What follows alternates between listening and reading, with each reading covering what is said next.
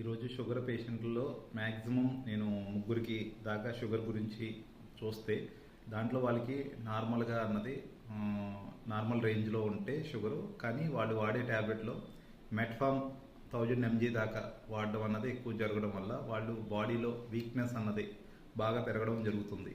అంటే అది ఒకప్పుడు ఆల్రెడీ 300 400 ఉన్నప్పుడు వాడాల్సిన మెట్ఫామ్ 1000 mgని కంటిన్యూ చేసేసారు. అంటే అది తగ్గిన తర్వాత కూడా కంటిన్యూషన్ వాడడం వల్ల వాళ్ళు బాగా వీక్గా ఉండడం, బాగా నీరసపడిపోవడం అలాంటివి జరుగుతున్నాయి.